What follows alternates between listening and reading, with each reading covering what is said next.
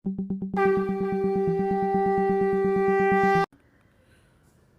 पुरुषोत्तम। आलोचना प्रसंग प्रथम खंड से 3 दिसंबर सन 1941 की श्री ठाकुर जी से वार्तालाप। सतीश दा श्री ठाकुर जी से पूछे कि यदि सब कुछ उनकी ही सृष्टि है तो पाप कहाँ से आया। श्री ठाकुर जी बोले, मनुष्य जब उत्स विमुख होता है तो वृत्ति उसे धर दबाती है। मनुष्य वृत्ति अभिभूत होने पर सत्ता पोषणी आचरण से विच्युत हो जाता है। वह वृत्ति सत्ता का रस निचोड़कर आत्मपुष्टि करना चाहती है। हम भी वृत्ति स्वारूप्य लाभ कर उस वृत्ति को ही सत्ता मानकर उसके ही पुष्टि साधन में तत्पर होकर चलते हैं। उसके परिणाम में जो होना चाहिए वही होता है। पाप का अर्थ है उसी प्रकार की चलना। कहने का सार यह है कि ईश्वर ने तो सृष्टि की है पर मनुष्य की इच्छा पर उनका कोई हाथ नहीं। वे जिस प्रकार स्वयं स्वराट स्वाधीन हैं उसी प्रकार हर व्यक्ति को ही उन्होंने स्वराट और स्वाधीन बना दिया है। उन्होंने किसी को कम नहीं दिया है, प्रत्येक को अपनी तरह पूर्ण रूप से दिल खोलकर सब कुछ दिया है। तभी स्वेच्छा से उनकी दी हुई उस संपदा को कोई व्यक्ति जिस किसी दिशा में ही नियोजित कर सकता है। उसके द्वारा वह तन्मुखी आचरण से चल सकता है और उन्हें अस्वीकार कर उनसे पीठ फेर कर अपने खाम ख्याल और भोग की लालसा में उन्मत्त होकर उनके पीछे दौड़ पाता है। दुनिया की ओर यदि हम दृष्टि डालें तो इस बात को स्पष्ट रूप से समझ सकेंगे। पिता से पैदा लेकर पिता की बात में नहीं रहने की स्वाधीनता लड़के में है। ऐसी स्वाधीनता रहने पर भी जो उस सुयोग को ग्रहण न कर सत अभिदीपना ले पिता की बात को मानकर चलता है, ऐसा लड़का ही उन्नति करता है। मानव जाति की उन्नति या शांति के समय भी वही बात लागू होती है। जितना वह उच्चमुखी होगी उतना ही कल्याण का अधिकारी होगी। बहुतों का कहना है ईश्वर ने मनुष्य को ईश्वर के विरुद्ध आचरण कर चलने की स्वतंत्रता क्यों दी, इसीलिए तो इतना दुख कष्ट होता है।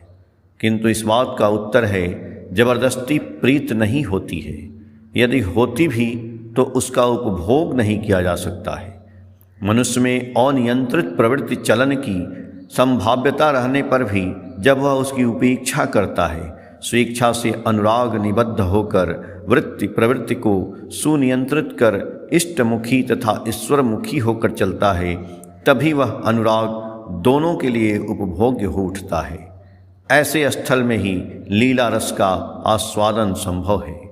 अन्यथा यांत्रिक रूप से लक्ष्यहीन हो बोधहारा आवर्तन में मनुष्य को यदि तथाकथित अच्छे पद पर चलना पड़ता तो अच्छा नहीं होता, क्योंकि केंद्रानुक अनुराग से भले बुरे के द्वंद्व संघात के बीच आत्मनियंत्रण के द्वारा मनुष्य के बोध का जो विकास होता है, विन्यास क्षमता जैसे बढ़ती है वह बढ़ नहीं सकती थी।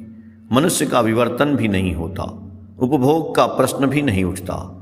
इसके बावजूद वैसा होने से चारित्रिक दृढ़ता, इच्छा शक्ति और व्यक्तित्व का अभ्युत्थान भी संभव नहीं होता। भवानी दास साहब एक टेलीग्राम लेकर आए। कोई अस्वस्थ है, श्री ठाकुर जी के आशीर्वाद के लिए प्रार्थना करते हुए टेलीग्राम किया है।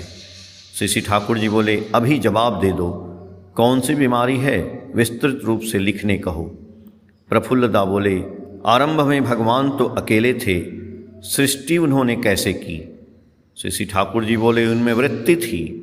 वे एवं उनकी वृत्ति पॉजिटिव रीजी संवेग और निगेटिव रीचि संवेग पुरुष और नारी हैं। इन दोनों के आकर्षण विकर्षण और आवेग दीप्त सहयोग और सम्मेलन के द्वारा उनमें सृष्टि गुणित होने लगी। आकर्षण विकर्षण दोनों है, इसीलिए पॉजिटिव रीचि संवेग और निगेटिव रीचि संवेग दोनों उनमें है। एक दूसरे को आकर्षित करने पर भी अपनी सत्ता और स्वतंत्रता को विलुप्त नहीं कर सकता है। इसीलिए सृष्टि की संभाव्यता चिरस्रोता होकर बहती चली जा रही है।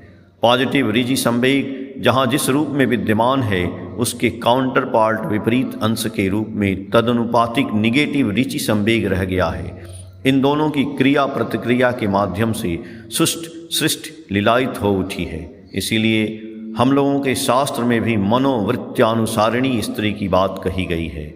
स्त्री जैसे स्वामी की वृत्ति अर्थात उस पुरुष का प्रकृत अंश है एवं स्वामी मानो स्त्री का स्व अर्थात अस्तित्व है। ऐसा सात्विक मिलन जहाँ है वहाँ उद्वर्धन और सुप्रजनन दोनों ही सार्थक हो उठते हैं। आलोचना प्रसंग प्रथम खंड के पेज संख्या 195, 196 और 197 से। जय गुरु।